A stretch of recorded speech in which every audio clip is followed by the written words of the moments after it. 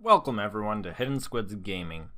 Instead of posting about hour-and-a-half long playthroughs, I'm going to post what I call like achievement highlights, and what these are going to do is they're going to go over the 3 big achievements in the game and what they look like. This will save you some time from mundane and will also save me a lot of time from reposting about 90% of the same stuff every time. First, let's start off with the skills that you're going to need to make this run through a possibility in the first place. A high expression, royal demeanor, conversation, and intrigue are all going to be beneficial to your success in this type of playthrough. This is not going to be a magical build, therefore we have no need for a lumen trainer or a high economics because we're also not going military. The price of blood is the first achievement we would get out of the big 3, and this is done by putting a bounty on someone's head and having it come to fruition. The person we are putting the bounties on is Juliana, the Duchess of Ursel. We will talk about the details later in the video here. For now, I'm giving the overview. The second achievement is an Exchicken.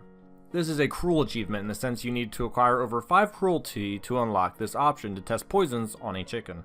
The playthrough is not completely cruel because we are not going to hit the 10 marker where a lot of insane cruel options begin to appear and you can visibly notice Elodie doing horrible things. Finally, we get to the end of the game where we'll need to get rid of Tagami. There are many ways around this. You can kill him, you can defeat him at sea, or you can join him in the end. This playthrough we're going to sing to him, and this requires a little more than just music and expression. The combination of royal demeanor, conversation, intrigue, and expression are all required to soothe the heart of the monster.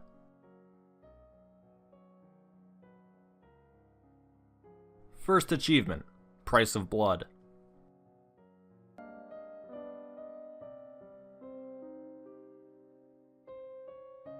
If you played the game before, Juliana comes to you on week 2 and asks if you need any help becoming a lumen.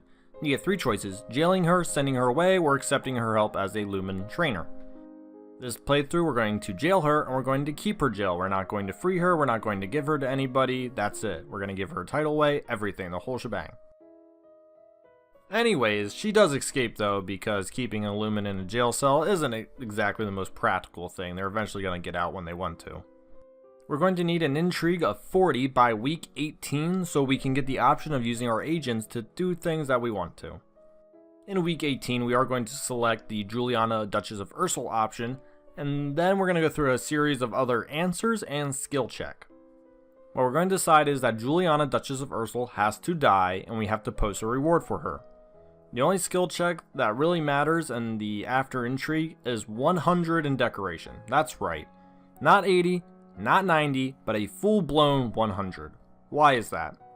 We don't need to speculate. Elodie tells us what she's going to do. She's going to draw a painting of Juliana so everyone can notice. So when the posters are made, everyone's going to be able to tell who Juliana is, and they're going to be able to recognize her on the streets, therefore a greater chance of getting her killed.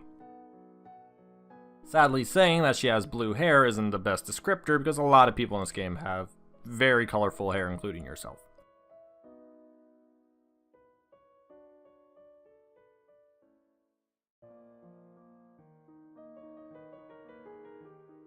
On week 21, she is brought to the palace by a promising young archer and she's officially dead, thus completing the Price of Blood.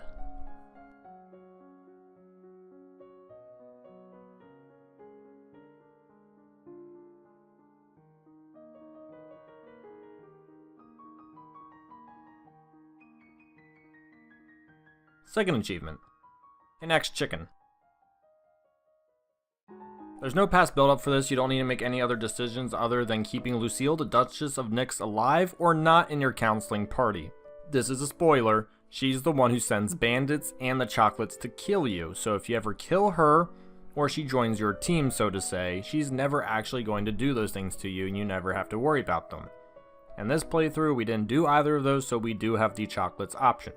Having over 5 cruelty is not going to allow you to immediately have the option to save these for later. If you don't have a way of saving the chocolates for later, you're still going to eat them right away, killing yourself. I personally went the divination path in this to get to 70 because I thought that was easiest and still works with my playthrough.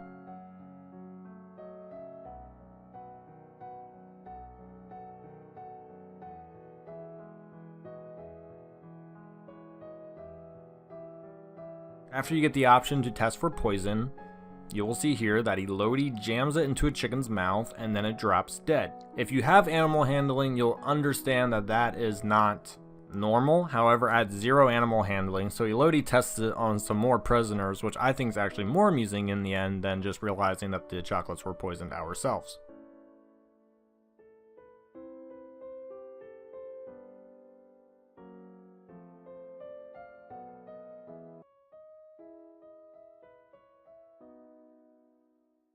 Third achievement, Angel of Music. Saving the day by singing is an odd way to soothe a tyrannical conqueror who has defeated your navy and has you on the edge of complete defeat. However, let me not be hasty. This is explained in Foreign Intelligence that the King of Shinjia is a musician who married his way into the throne. This can be used to unlock the option of singing to him. However, there are other skill checks we have to pass other than just singing. First, we do need to sing, and this requires instrument and voice. Second, we're going to need public speaking. Lastly, we're going to need presence to stand up to the conquering Lord Tagami. Overall, this ending is actually probably one of the best ones you can get in the game. It does involving the enemy getting to your land and, pillaging everything. However, it's a non-violent way of doing it. You form a new alliance, and like I said, it's just a non-violent way to form a new alliance to bring peace between two great nations. There's really not any other ones that necessarily do that well. But we have to remember, your lands are still ravaged, people are still upset, but hey, you gotta look on the bright side.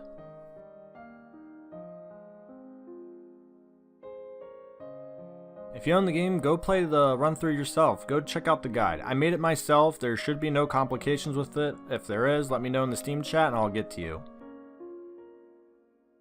I'm going to be doing long leave and shorter skits. I don't believe it's beneficial to put an hour and a half up. I'm also going to make other videos describing the characters, the situations, and the political affairs so we don't have to go through the same talk every time. Thank you, give me a like, subscribe below for more Long Live the Queen and other videos.